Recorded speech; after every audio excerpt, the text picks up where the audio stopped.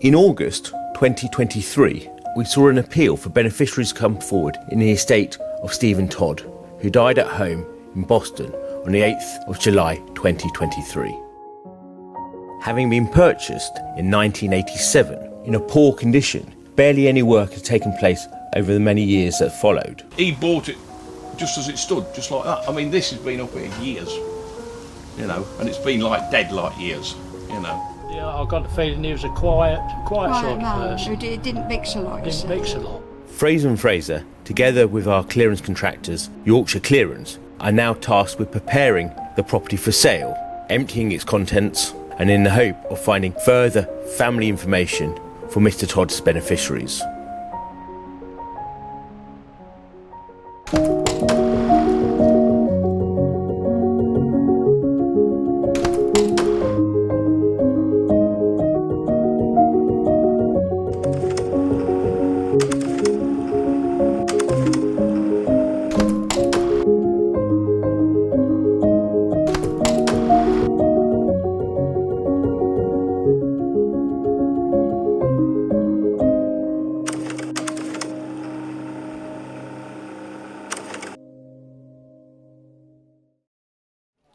Boston Local Authority have come and asked us specifically to try and help find beneficiaries to Steven Todd, as he was being found at home and there are no known family. Andrew, Steven Todd, so Yep. I've managed to get hold of a coroner's report. It's not a pleasant read, but... Sit down, what do we know? I think, well, basically we know that he died at the property, we already know that. Unfortunately, when the police found him at the property, he was skeletonized. There wasn't much in terms of identification. I don't normally get to see these, but this one's particularly harsh. I say harsh, factual. Very factual, very factual. I'm just looking at line 53. He appeared in July 23, he'd been arrested in Boston. And Do you think I should arrange for Ben to do a biohazard clean? I don't think he can actually, having seen the photos initially, I don't think he can do anything practical. He just needs to be aware that there are biohazard issues there. Okay. And that's one of the reasons for meeting him, because I think this is going to be one of the top list of difficult properties we've had. Yeah, okay, I'll get straight onto that. Hello, hi Ben, it's Claire from Fraser and Fraser. I have a new property for you. The property is in Boston, in Lincolnshire, and Andrew would like to meet you at the property next week, if at all possible. Then if you could just reply back to me and just let me know what date's convenient for you. I do believe that the deceased died in the property. So make sure that you've got all your proper protection equipment with you when you go into the property.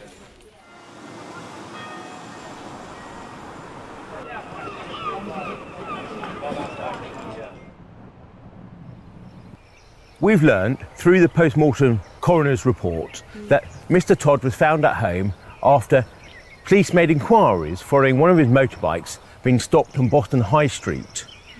They came here at one Saturday night, found everything to be very dark, and came back on a Sunday morning, only to discover Mr. Todd sat at a desk in his front room.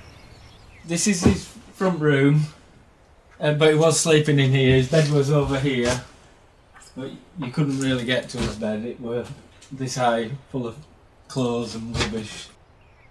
It's in a very bad condition. Why is it? Because he's filled it and spoilt it basically, and he's put too much things in it. We try and sort as much as we can.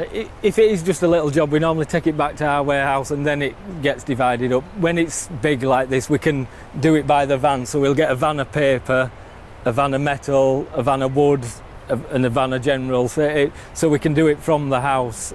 So it's going to be a lot of time, a lot of rubbish, a lot of waste, but no, we'll get it looking good hopefully. We need to find some bank accounts and some deeds. That's what we need to find. A solicitor's letter would be good. This could be interesting. This looks like when he's purchased the property. Might only be the details. It's not the solicitor's letter, so it's not quite there. No. But what we do know is the solicitors bought the property for £16,000 and we got a date of 1987. We go to the property several times throughout this administration process. To start with, and throughout the clearance process, we are looking for, fundamentally, a will, because that will take precedent over anything we do about intestacies. We're then looking for both assets and liabilities. But what we're looking for, the photos, the information that we need and what the beneficiaries want to know about someone they may not have ever met. We received the case of Steven Todd from Boston Council. They gave us his name, his date of birth, date of death and his address. From his address, we found that he owned his property, and when we looked to see who he'd lived with, we saw an Irene Todd come up on the address, who turned out to be his mother. We had the father's name, Norman Todd, and the mother was Irene Hillam, was her maiden name. And from there, we looked on the paternal side, so Norman Todd. He had one brother, Arthur, who passed away, leaving 2 children. And on the maternal side of Irene, she was one of 7. Lawrence, who passed away, leaving 5 children. Winifred, John, who passed away, minor. Ronald, who'd also passed away, leaving 5 children. Then we have Grace, who has a daughter, Gillian, who we've met, and another sister called Jean. So in this matter, there are 16 beneficiaries. One of Stephen's aunts, Grace, had already sent flowers to the house, and we've actually had the opportunity of meeting her daughter at the property. I've managed to get through. There was where there were bikes at the back, where the kitchen is. Then I came through to this room, and there was a wardrobe. Now that's as far as I went. So then later on, the door were open, so I managed to get up the steps. This floor's come down, and this floor's still on. But I didn't go on any floors, because I just stood at the top. I'm up here because I've got Ben here trying to clear the stuff, the house, to find out what we've got, because we had very little paperwork from original. Yes. And it's only through clearing bits we've come up with other bits of paper. Yesterday they found a sale memorandum when he bought this house in 86, I recall. He bought it off of his auntie. Yeah. Yes, and it was looking like this with their ivy on it at that time. Right. So it hasn't just appeared in his lifetime. Right, it's always been like this, Mum. But he spoke to no one. According to No, he didn't. He was a loner. He spoke to the neighbour next door. Yes. They said in the 23 years they've been here, they've only spoken to him 3 or 4 times in 23, 24 years. Yeah, yeah. I interacted with him a little bit because he was doing his house up and I was doing a bit to this place at the same time. Like. You've seen this house deteriorate over the years? Yeah. I'm 70-year-old, you see, so I've seen it since I was like 16, 17. So in 1986 is when Steven Todd bought the house. Yeah. How was it then? It's about the same as it is now. With the ivy all over it? Yeah, all grown up. And he just continued to live here? Yeah. I bet he were in this room because he used to use this room. Or were it that room? Because the neighbour used to see his light on in that room with his computers. Well, yes, but that neighbour says there was virtually no other lights ever on. No, there wasn't, no. I've only said good morning to him a few times or hello to him, but normally he didn't really reply. It was only when he was passing by on the road, and he used to have a moped and like a box on the back, and he used to have bits of computers and laptops in it. Yeah, I got the feeling he was a quiet sort of man person. who didn't mix a lot. Didn't mix a lot. You didn't really get a chance to know him as a person. And he was well educated, with what we've heard. Yeah. That he had a private education, and he was I knew he was into computers and that sort of thing. He was a bit of a computer whiz kid, by all accounts. He bought it just as it stood, just like that. I mean, this has been up here years, you know, and it's been like dead like years, you know. Well, you'd recognise him because he grew his hair long and he used to have it in a ponytail. Yeah, he did, yeah. That's how you'd know it was him. Yeah, I did, yeah. Oh, is that what it looks like? Well- They said it looked like Wurzel Gummidge. Wait a minute, I'll just take a photo. This is the only Just take a photo we've got so far. I said it about his bike. My goodness, no, I wouldn't have recognised him at all. Or it could be that one, but we don't. Again, They're these both are similar, aren't these are pictures we found in the house. We've got no idea. I wouldn't have recognised him. Mind you, after saying that. No. Everyone tells us the same story. He was very much a loner.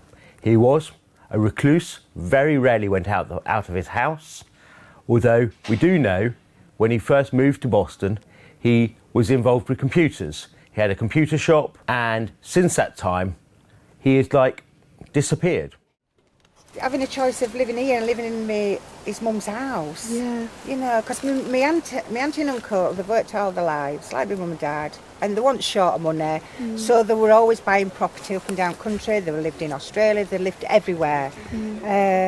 So you'd have thought he'd have moved down there, but obviously we were quite happy living like this. Yeah. So my role is now to maximise the value of the estate. We need to sell for the maximum possible value. Unfortunately, it's not going to plan because it is unregistered land. Ben has extracted huge amounts of paper, but there were not the title deeds. Stephen purchased his property in February in 1987. First registration in Lincolnshire did not occur until December 1987, and therefore there was a tendency not to register properties at land registry because of the fee involved. We just hope that property prices will increase rather than decrease whilst we're waiting for first registration to occur. What is really quite harrowing to think about, if his motorbike hadn't been stolen and the police hadn't decided to stop these people on Boston High Street, it is unknown as to when Stephen would have been found. Seeing a house like this now, it doesn't shock me as much as it used to do. Obviously, before, when you first start doing them, it's a real shock, but now we go to nearly one a week. Today we're on with the kitchen. It's not a normal kitchen, otherwise we'd have done that in the morning. We've already got a lot out. We've got a van and a half out of the kitchen already. Our plan, hopefully, is to get this all cleared today. Also, this, unfortunately, looks like it's going to come down at some point, so we'll have to be careful of that. But we'll work slow and we'll hopefully get it done. It makes me wonder why, because we see the people, sometimes they have hundreds of thousands of pounds in bank accounts. Why is it sat there? Why not use it and enjoy it in the life? Obviously, they're not here to answer that question, but that's... Is it sad? Yeah, it is sad that they've saved up for nothing, really. They haven't spent it, they haven't enjoyed it. It was just for my mum, peace of mind, putting pieces together and seeing the state of the house and how we lived. It were out-rendering, really, you know what I mean? And for us all.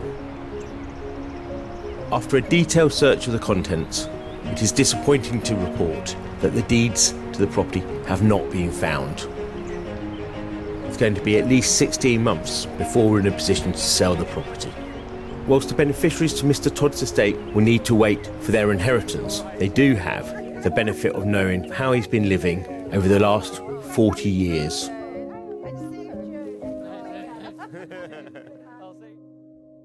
Next on Lineage. Today we're in a little hamlet outside of Boston at the home of Jeffrey Birchnell. This is where he used to live in his family home. We're looking to see how we can describe this property in an auction sale. My relationship with Fraser and Fraser has been absolutely fundamental to this company's growth. The house that we're offering today is an amazing auction lot. It's a completely unmodernised building in a fairly rural location up in Boston and Lincolnshire. Loads of potential for the buyer to add value to it and put their own stamp on it and completely transform it.